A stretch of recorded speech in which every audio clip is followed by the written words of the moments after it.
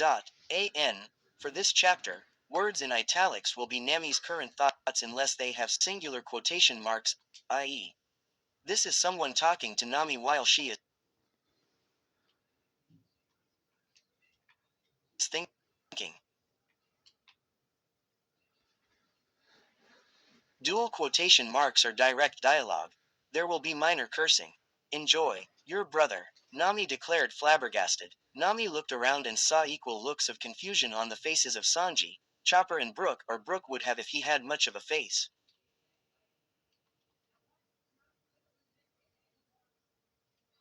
Jinbei likewise seemed surprised by this revelation. Sorry. The man replied, looking suddenly quite solemn. If Luffy hasn't told you the whole story, I can't blame him. You guys really haven't had a chance to chit-chat about it since Dressrosa. And to be fair, he thought I was dead up till then. And also to be fair, I'd forgotten who I was until 2 years before then. Let me explain. Quote. And so he did. Nami and the rest of her nakama soon learned the sad and beautiful truth of Luffy, Ace and Sabo. How they grew up together in Goa Kingdom as brothers, joined by cups of sake. She also now understood the tragic story of Sabo's near death at the hands of a world noble, and his 12 long years of amnesia, only regaining his memories after learning of Ace's death at Marineford, and his subsequent search for Luffy and also the Mara Mara no Mi flame fruit. Nami was somehow surprised to learn that Luffy and Ace were not biological brothers, but still considered the bond the three shared just as sacred, as precious as her own bond with her adoptive sister Nojiko. How she missed her, and Belmere. Nami, but at least she knew her sister was still alive back home, waiting to hear about her little sister's next adventure as a great pirate. Nami, what hell must Luffy have gone through at Marineford nearly 3 years ago when he thought he'd lost both his brothers and his crew? Nami, did Yamato go through this anxiety when severing familial bonds in his heart from his father? Poor Ace, poor Yamato, poor Luffy, Nami thought sadly. Nami, she turned to face her captain. You alright? Luffy asked her with a look of concern, a look she didn't see often. You sort of zoned out there.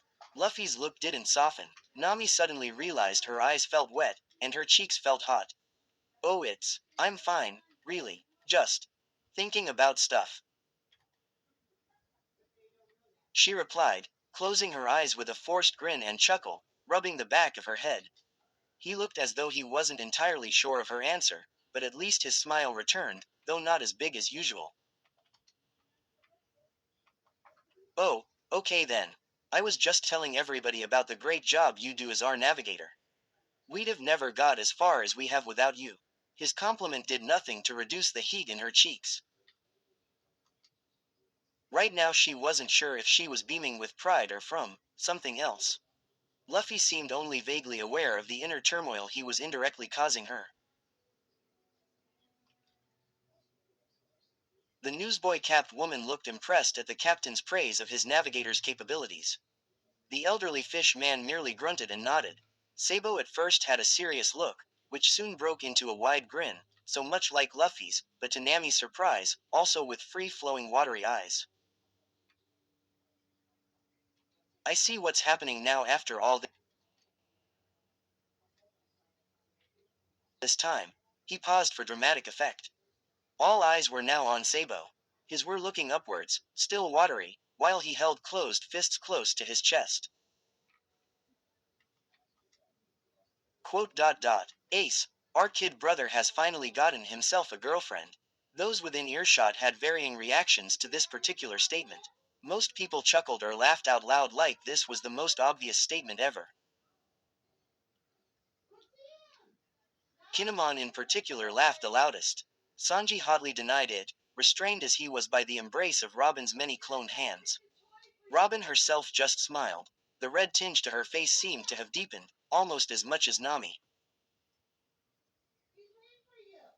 By this point, Nami's cheeks, in fact her whole face, was now the shade of Luffy's shirt.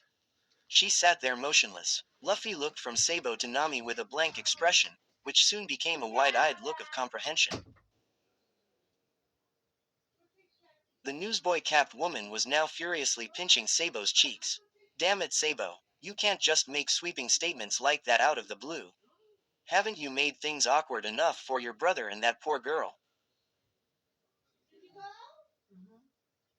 The elderly fish man gave a hearty chuckle. Sabo's just calling it like it is koala.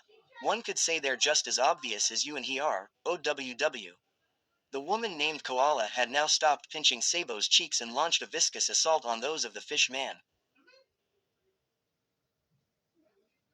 No one asked you, hack, she yelled with a fair amount of red in her own cheeks. As little as Nami was able to move at that moment, she saw that Sabo's own as he looked at Koala were equally red, and Nami suspected that wasn't entirely down to the brutal pinching.